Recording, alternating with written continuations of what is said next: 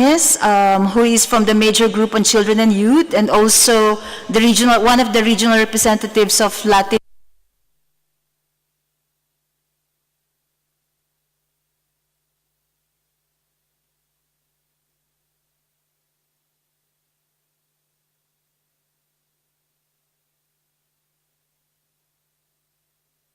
Fernanda Marquez Anes, who is from the major group on children and youth, and also one of the regional representatives of Latin.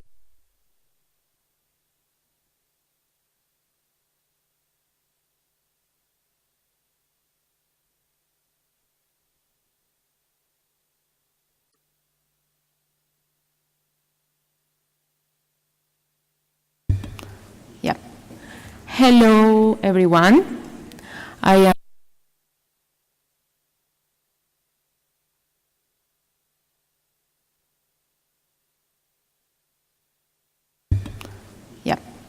Hello, everyone. I am Dalia Marquez, regional representative from Latin America and the Caribbean, also part of the major group of children and youth. This is the third session, and we will be talking about understanding the UNIA and effectively engaging in its third session associated activities. This session is really important for us as major groups and stakeholders because we need to understand our role here to make an effective participation. And I like to highlight that the women's major groups and the Asia Pacific RCEM for their self-organization that actually are inspiring to the Latin American and the Caribbean platform of participation and engagement. So thank you for the women's major group and the Asia Pacific RCM. The UNIA is in evolution of involvement of civil society, and each new UNIA is a new process with new opportunities and goals for all as civil society. And we should take part of that opportunities. In my experience, we have to try to be focused on the message of the major groups that we are representing and make consensus between the other major groups. It's important to have previous knowledge about the different resolutions to be discussed in the different sessions, to be clear about the themes, and I think our role is try to make stronger the voices of the group that we are representing here. And we have several spaces to do that. First one is on the declaration of the major groups that we are representing or the region. For that reason, it's necessary a good organization before the UNIA to have a clear and inclusive declaration. Then we should try to make good intervention in the sessions, and I hope that in this UNIA the major groups have the right to have participation in the different sessions. We have to try to make really good and little clear statement. And well, for this session we will have the intervention of two remarkable speakers who have experience in mechanisms of engagement of civil society. We have Alexander Juras, Mr. Alexander Juras, worked as research fellow at the Bonn-based Institute for European Environmental Policy, where his work focused mainly on environmental protection in transboundary contexts. I will try to be quickly making the presentation. Okay, good. And also we will have the participation of our second speaker, Jean-Gustave Stradomir. Yeah, it's good, thanks. Jean-Gustave began working with the UN Environmental and Governance in the 1970s and has stayed with this arena ever since. First assignments for the UN brought him to Latin America in the 70s during 18th and early 19th Jan Gustav talked about the UN working with the CSD process. Also has extensive NGO experience through more than 4 decades in almost whole continent in the world. Speaks several languages, have given workshops and gets lectures all over the world of the UN, governance, environment, sustainable development, and stakeholder engagement. Jan Gustav also works as independent research. For more than 10 years, he was senior editor for the daily UN conference newsletter. And yeah, that's it. So I will remember to our speaker that each one have only 7 minutes for your presentation. So I leave you the floor. Alexander, you are the first one. Yeah, thank you very much. Thank you very much, Dalia. And can I have the presentation? Yes, again, I'm Alexander Juras. I'm the chief of the major group and stakeholder, former major group and stakeholder branch, now civil society unit, and our task is to facilitate the engagement of major groups with UN environment. Yeah, I feel almost a little bit sorry that after the interesting and exciting session before, where we talked about pollution, now I have to bore you a little bit with process, with how you engage with the UNEA. But I will try to do my best to stick to the 7 minutes. I don't know why it is not 6 or 8. But it seems to be 7. So I will talk a little bit what is happening in this 10, 11 days in front of us. What are the different events, and also refer a little bit to the rules of engagement, of participation, because I can see there are lots of newcomers here in the room who haven't been at UNEA before. Let me start again with a thank you, and I apologize if I have forgotten any other organization who in one way or the other has contributed to make this event happen. It was in particular this year very important to have the partnership and the support of these and other organizations and institutions. So the United Nations Environment Assembly, it's in fact only one event among many which will take place during the next 10, 11 days. So we have the Global Major Group and Stakeholder Forum, our meeting today, then after that directly for the last 3 days of the week, the open-ended meeting of the Committee of Permanent Representatives. That's where member states get together, try to reach final agreement on resolutions, on the ministerial declaration. You have there the representatives from the embassies who are already in Nairobi, who are in Nairobi all the time, but also those coming from the countries. And these meetings are open for the participation of accredited organizations only. So those who are here today and don't represent an accredited organization will not be allowed to participate in the open-ended CPR. You can still listen and watch. I think there will be a live stream, even a room where it's at, but you are not entitled to be in the room or to make a statement. A smaller meeting, but it might interest, I want to mention, is that also we have on November 30 a special meeting on how to engage faith-based organization in UN environment. From November 29 until the end of UNEA, there will be the Stakeholder Tent in the area, not basically behind this at the parking place. It's an open stage, if you want so, for major groups to have different kind of events, meetings.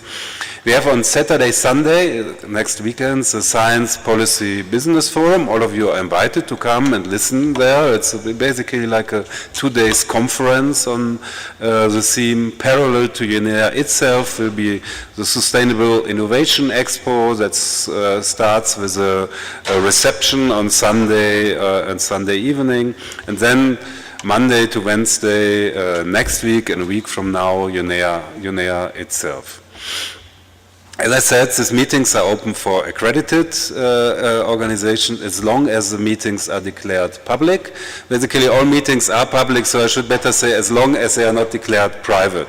We really rarely have it, but it can be that the chairman says, okay, we need a smaller group of governments, we have a really difficult problem, we want to do that behind closed doors. It's not the habit, but it can happen.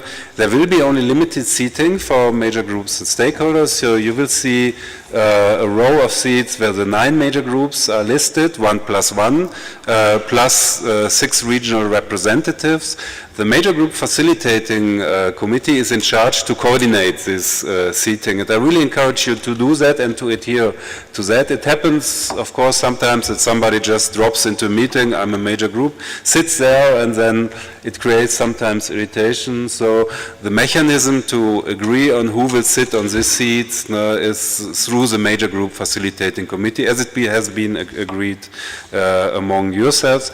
Others can be, of course, in the room. You can, of course, also change places. So somebody who sits behind can, for a statement, take that seat. Other seats even will not have microphones. So for statements, you have to be at one of those seats.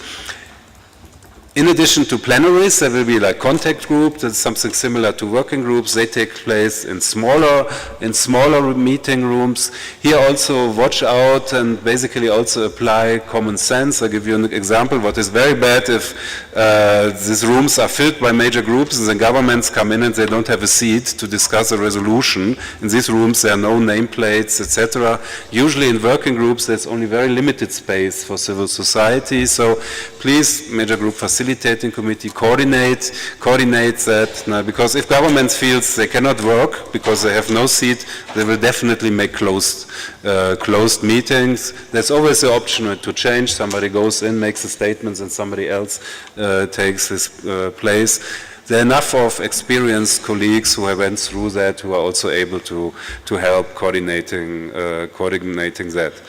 All UNEA documents are open. You can access them through the relevant portals. You should have the information, also working documents, documents in progress. There were also already before UNEA. You have the chance to do oral statements during the sessions. For that you use here the system. There will be our colleagues around. It's always good also to inform us that you intend to do a statement. We then can help to inform the chair, because sometimes there's a big demand for statement and some chairmen prefer first to let all governments speak and then only at the end major groups, and often the end is almost after the end of the session. So let us know if you want to do a statement and be economic with the time. There is little time for oral statement. There's always the possibility to hand in a written statement. I even didn't look the watch. I think I always did my 7 minutes. So just a picture about what are the different meetings, the plenary, the committee of the whole, the high-level segment. I would like to highlight the multi-stakeholder dialogue on next week Tuesday at 6:30, which is a chance where major groups and stakeholders can enter into a dialogue with the ministers. I already mentioned the tent. Please use that space. It's something what replaces the green room we had in the past. A Sustainable Innovation Expo. Here you have the access to different resources, also the document authority. So thank you very much. I could have said much more, but we have 7 minutes. But I and my colleagues were always here for questions. And Jan Gustav, over to you. 7 minutes.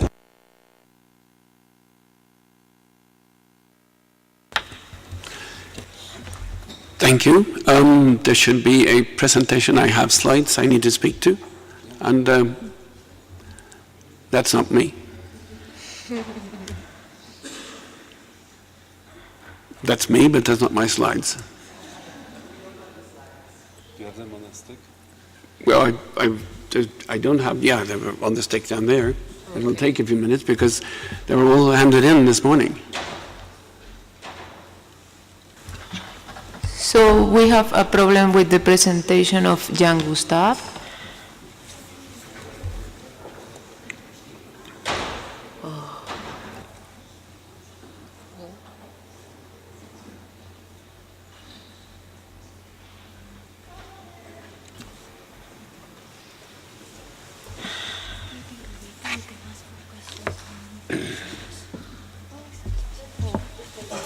Well, we can use this time to the question for Alexander. If anyone have questions about the past presentation, we can use There we this go. time. Here we are. Yeah? Yes? Oh, we have the presentation. Well, so we will leave the question for the end. Thank you, and my 7 minutes starts now? Okay, that's very good. That's very good. Yes, I would also, good morning, friends. My name is Jan Gustav Strandenes, and as was delicately announced to you in my presentation, I've been around for a while. I also apologize, as Alexander said, that we have to bring you back to process, which is not as exciting or as challenging, perhaps, as the fantastically interesting and important thematic presentations that we've had and we'll come back to. But if we don't know the process and if we don't understand the process, we won't be able to be effective at international meetings. So this is the glue that keeps us together, and I'll run through 60, 70 years of history in 7 minutes. And I start with a recap. 1972, when UNEP was founded, until 2017, where we are today. And look at this, because the history of governance is important here. The 1972 UNEP was established, and it wholeheartedly embraced the collaboration with civil society. And it was reiterated annually, these close relationships, as was reiterated this morning by Jorge Lagunas. And in 1992, the Rio Conference established the 9 major groups, and if you go to Agenda 21, you see them, and it was adopted by the General Assembly later that year. The Governing Council of UNEP, which was at the time the highest resolution power, decision-making body of UNEP, invited the major groups as a concept in UNEP in 1985, and then the Governing Council adopted what is known as the Malmö Declaration in the year 2000, and it's an interesting document because no one said is not valid anymore. Paragraph 16 of that resolution says the role of civil society at all levels should be strengthened through freedom of access to environmental information to all, broad participation in environmental decision-making, as well as access to justice on environmental issues. Governments should promote conditions to facilitate the ability of all parts of society to have a voice and to play an active role in creating a sustainable future. And this was also the basis for the stakeholder discussion and the stakeholder policies we've had for the past 2 years. Now, the discussion on the stakeholder guidelines or policy, which was the correct phrase, began with paragraph 88H and the Rio document, the outcome from 2012 deliberations, the Rio 20. And it says basically to ensure the active participation of all relevant stakeholders, drawing on best practices and models from relevant multilateral institutions, and exploring new mechanisms to promote transparency and the effective engagement of civil society. And mind you, 193 nations subscribe to that. So the basis for such transparency as we never experience is also there. Now, the UNEP Governing Council, in its last universal session in 2013, actually reiterated this small paragraph and elaborated on it, basically saying the same, but in a wider context. And I'm going to read this because this is what it says: we need to have an updated stakeholder policy at UNEP. Now, in my book, this decision was unfortunately misguided interpretation by the legal office. Misguided, I think, because they said we need to have the delegates, the nations, to discuss this. And in so discussing it, they allowed governments to negotiate whether or not civil society was a good thing. And you can imagine what some governments said. And in this discussion, I would like to ask also the governments, all of them, what happened to the principle of no regression in these negotiations? Because those of you who were party to the 2 last years saw that a number of governments were not really happy about the forthright participation of civil society. That this discussion is not coming up today, I think, is a good thing, because maturity in these processes is important. Now, this is all about a question of governance, and I want to remind you about these things because we take lightly on this. And if you look at the governance issue inside the decisions made and the documents we have, you will find a number of things that we often forget. Now, there are common obstacles, or let's call them challenges. There is lack of knowledge among us about the governance issues, and I would say there is lack of understanding the knowledge we have. It's failure to grasp the totality of the UN system, and often we have an incomplete understanding of what this is all about. One thing that I'm not touching here, but I will come back to in more detail when we're doing this workshop on Wednesday, is the relationship between UNEP and ECOSOC, the Economic and Social Council, and also the OECPR, the open-ended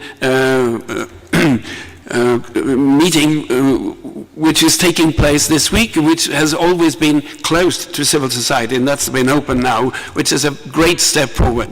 So the question we need to ask is, what opportunities do we have within the process that is now agreed to?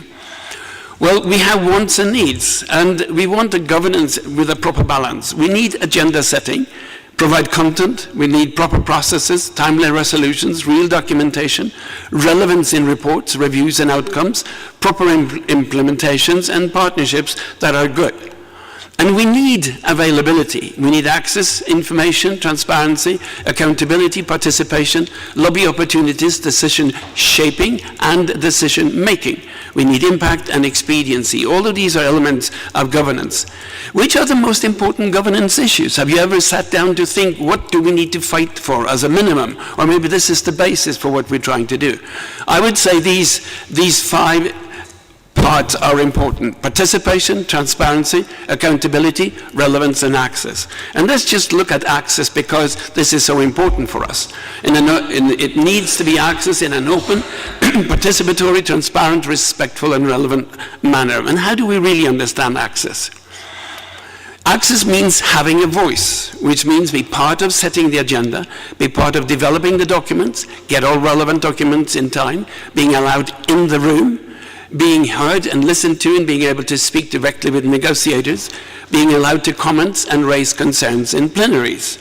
To a large extent, this has been fulfilled after long and arduous struggle. Access is not being able to see and listen to streaming from meetings. I have the same meetings as some of the NGOs have in New York when I sit at home, look at the streaming, because the NGOs there are barred from going down to talk to the negotiators. So that's not access. Access is not being told that everything is available on internet when you need really an access code to get hold of those documents, or you need a fluid and easy navigable internet system. Maybe UNEP should look at what they've done so far. Do we understand the system and process well enough to make our voices heard? Well, if we don't, we will miss out opportunities. Governance challenges are important to understand and accept, because this is where we are. Unless governments own intergovernmental processes, policies will never be taken seriously. We know that. But unless people feel ownership with development, little if anything will be developed. Are the interests of stakeholders and challenges of governance compatible, or not, perhaps? I've got 2 or 3 more slides and I'm done. A challenge. A challenge. How do you engage with UNEP? What did you do, and how did you contribute to the medium-term strategy for the period 2018 to 21? This is the program of the medium-term strategy, and it's all there for us to see. This is the program that UNEP is working on. How did civil society and the major groups respond? The response from MGs to UNEP proposing this theme in the invitation, there was none response. In response to MGs to request to work on the work program during UNIA 2, 1 wanted to do that among 240. And in negotiating the program itself, none participated. And this is actually one of the substantive part of UNEP. So why did we not participate in that? And then what about the 2030 agenda? It's been mentioned, you know it, and we know also the environment is the foundation. So if you look at all the 17 labels and turn them around, this is the way to look at it. At the bottom, there is the environment. Then you've got the social issues, you've got economy, and the top blue one is partnerships. And there are a question of optimizing our opportunities. Stay the course. Not 1 year, but 5. Engaging globally, regionally, nationally, locally, and do it continually. Challenges are growing and have become more complex. And the opponents, we know, are more aggressive, restrictive, and authoritarian. We can engage and carry out the UNEP program even if our governments are not there. And the 2030 agenda, as has been said earlier, offers new opportunities. This is my last slide, and it's paragraph 50 from the 2030 agenda, and I think it's a challenge to all of us. Under the title of Leaving No One Behind, it says, today we're taking a decision of great historical significance. We resolve to build a better future for all people, including the millions who have been denied the chance to lead decent, dignified, and rewarding lives and to achieve their full human potential. And then the next one, we can be, you lost me, I want it, I want to say it. We can be the first generation to succeed in ending poverty, just as we may be the last one to have the chance to saving the planet. Thank you.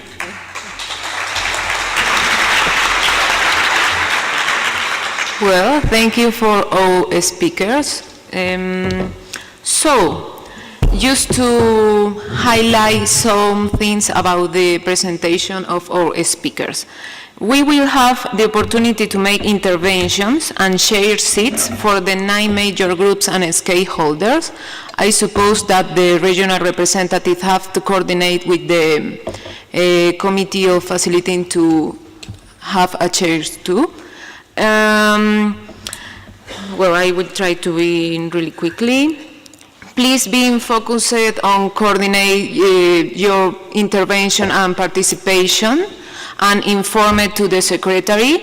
If you have an oral statement, try to send it writing to the secretary. Also, about the second intervention, we have needs and wants.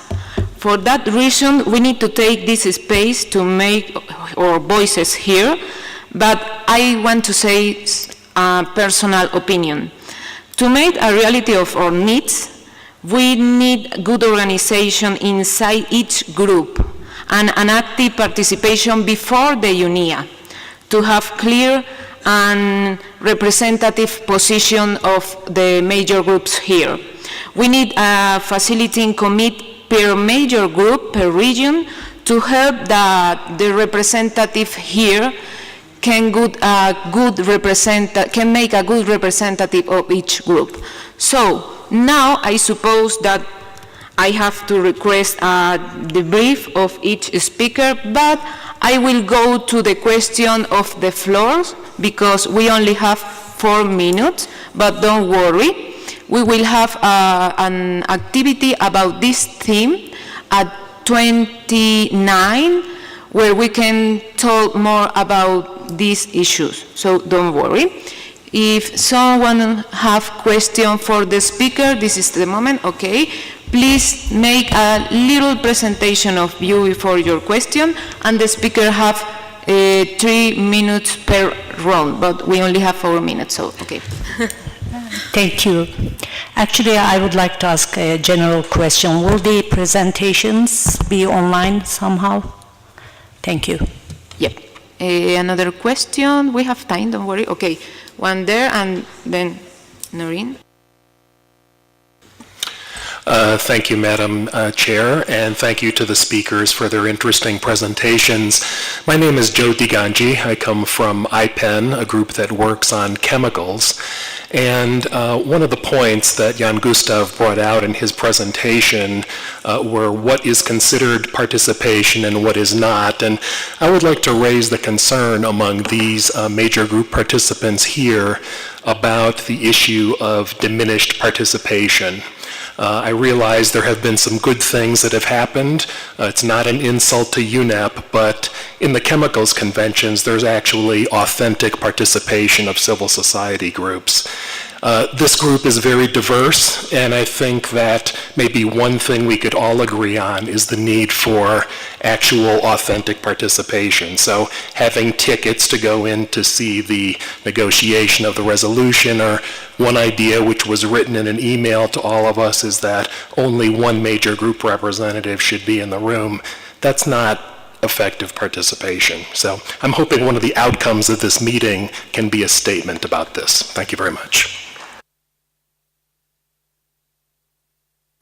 Thank you so much. Noreen?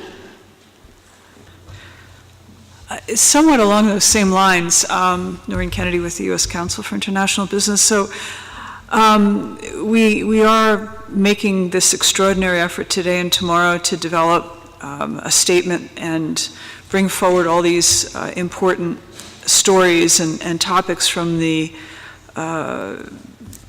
representatives here.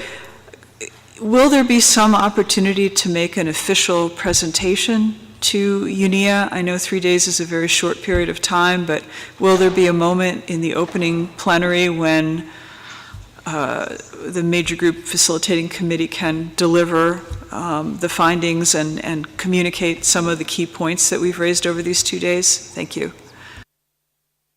We only have less than 1 minute. The last question, somebody, yeah. Please be quickly, I'm sorry. I just want to know what are the mechanisms to ensure no one left behind in terms of environment?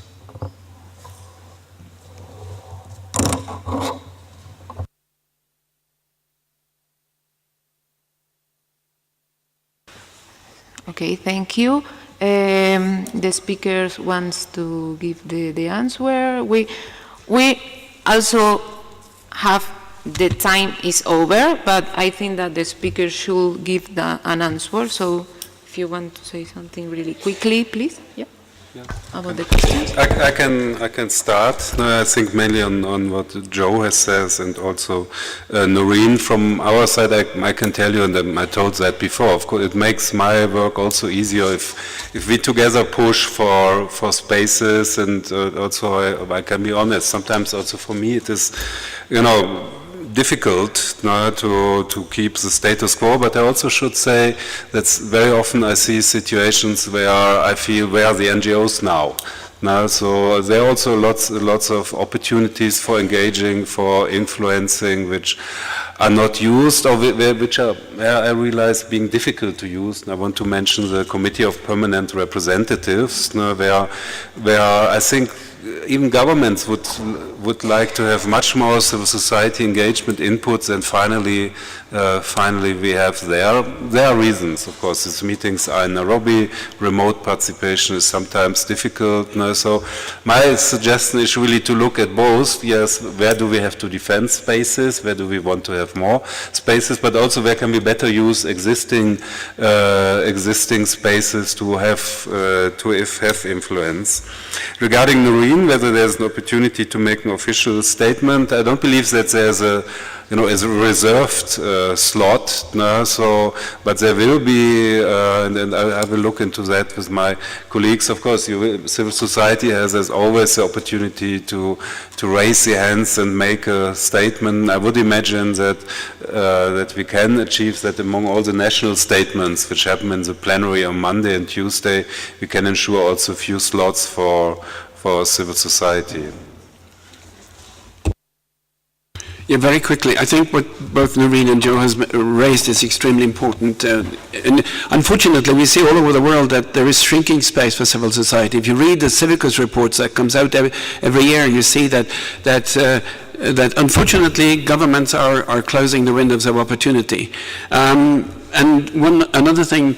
UNEP is more than just UNEA, and use the opportunities to go into the other elements, which, as Joe said, are quite open and functional. But we should be able to say, you have to be able, in the name of your universality, to give space for 9 major groups. If you can handle 193 countries, you should be able to handle 9 major groups. Don't forget also the opportunity to lobby delegates. They walk around and they want to talk. Let's change the world. Thank you. Well, by the way, mechanism for leaving no one behind. If we operationalize the SDGs in a good way, where you really have grassroots participation, I think we can get that in that direction. Thank you. well, thank you so much. This session is officially over. So thank you for the presentation, really quickly presentation of our speakers. Thank you. Thank you very much, Dalia, for moderating the short session. It's the shortest session in all of the 2 days, deliberately, because it's meant to be a teaser. There's going to be a green tent event, capacity building event, to be led by Jan Gustav on Wednesday, the 29th, from 9 a.m. to 10:30 a.m. It's about the stakeholder policy and the stakeholder engagement policy of UN Environment. So you can actually learn much more from Jan Gustav on the policy and maybe on engaging UNEP more effectively. And I would say that Jan Gustav is the best reference in the room. He has been there longer than any of us. When Dalia said 18th, 19th, I thought from the 18th century. But he has actually stayed in this process from the beginning. So I would say he's one of the best references. So be there at the Green Tent on Wednesday the 29th for the more thorough discussion on the stakeholder policy of UNEP and more. Now we're going to have a health break. I have to warn you that you will not find coffee, tea, or biscuits outside. You have to buy that. And you have to use this health break really for walking and stretching rather than sitting there the whole time. But before we let you go, we're going to ask Rina from RSM to explain to us the two tools that we'll be using to obtain consensus in order to bring us to a collective statement of major groups and stakeholders coming out from the forum by the end of tomorrow. Before Rina speaks, I'd like to also mention that you will notice that every session is moderated by a colleague, and you won't see the other colleague working with that moderator. For every session, there is a note taker, rapporteur, who will help the moderator call out the key messages coming out from each session, which will be the basis and input into the collective statement and position that we will be adopting at the end of tomorrow. So I pass the floor to Rina to explain to us the innovative tools for consensus building that we will be adopting. After that, we'll have the health break and come back in 15 minutes. I hope it's okay that I'm standing. Okay, so like Matt said, that we're going to try to actually have a very strong, progressive, collective statement by tomorrow. Yeah, by tomorrow evening. There will be a session on that, which is the session 12 that we're going to have from 5 until 6:15. And then, you know, because you're coming from the major group, civil society, you know how horrendous actually the process of usually make a statement when we go line by line. But right now, we're not going to do that. We tried actually have some innovative ways back in Asia Pacific on the way that we're going to have a consensus of position. So I just want to ask, who among you have heard the term or the methods of democracy? Can I have like a raise of hands? Come on, yeah? All right, so someone, Christian is very shy, Christian like. And how about traffic light? Traffic light? Okay, some of you have. What we're going to do is actually we're going to combine the democracy methods and the traffic light methods. We combine it, we made the name .mock traffic crazy because it's a little bit crazy. Okay, so basically like what Ned said, that we're going to have each of the session have their own facilitator and have documenter.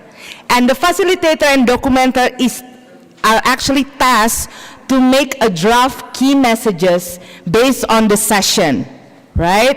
And then so we're going to have like different key messages from different session, and that key messages we're going to have like some polling, or maybe like ask the participants of this GMGSF to actually affirm whether that you are supportive of that key messages, whether that you are not supportive, or whether that you are not sure. You're not sure meaning that, oh, I mean like it's not entirely wrong, but I want to add something or etc. So what we're going to do for each of us later by this evening, we're going to try the tools that we call Mentimetrics. Yeah? It's an app.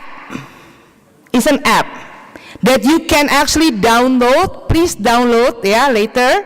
You can download it in your smartphone, or you can actually download it to your computer, laptop. So you don't need a smartphone to do that. Yeah? So later, by the end of tonight, the committee yeah, the organizer, we're going to put the key messages from session 1 until session 5, isn't it? 6, sorry, session 6. And then that's the time when you individually can actually make a affirming, or you don't really disagree, you're not really agreeing, or you're not sure. Okay? The same thing is going to happen tomorrow. You're going to also have that, using that tools, yeah, to actually make your vote and try to look into consensus later on. So that will be your individual vote, yeah. Later, by the end of the day, of the second day, we're going to have a board, yeah, that consists of each of the session key messages. And by that time, we want to ask the major groups, not the individual, who's going to actually do the democracy exercise. We will give you stickers. This is going to be manual, yeah? It's not going to be digital. So one digital, one manual. So the democracy is actually, we're giving you dots of green light, meaning that you're okay with the key message, and then red light, meaning that you are not sure with the key message. Once, and this is going to be done through the coordination of the major group. It's no longer individual. Yeah, so this is going to be a highlight for the major group facilitating committee, or the facilitator of the major group, that we actually need to have a position for each of the key messages. Yeah? And then when we actually discuss, we're not going to discuss about the green lights because it's already good to go. We're just only going to discuss the red lights. With that, we hope that we're going to reduce some time to actually discuss line by line wording. And then just to let you know that the statement that we're going to have is actually more onto pointers of key messages for each of the session. Any questions? Okay. Please state your name. Yeah. I'm Margie Prideaux from Ocean Care. Yeah. Just a very brief question about the coordination of those major group positions for the red light, green light. Is there going to be an opportunity for a breakout of each of the major groups so we can say things that we might not have been able to say in the time constraint of the sessions? Thank you so much, Margie, for the question. Yes, we do have. We do have that. Actually, it's by today, after the session 4, before we headed to lunch, we're actually going to announce the major group facilitating committee, the coordinator. I know some of us here probably new and never engaged or not engaging with the major group yet. So this is like identifying your major group and then have a hurdle together with the major group to discuss about the key messages that you want to actually raise.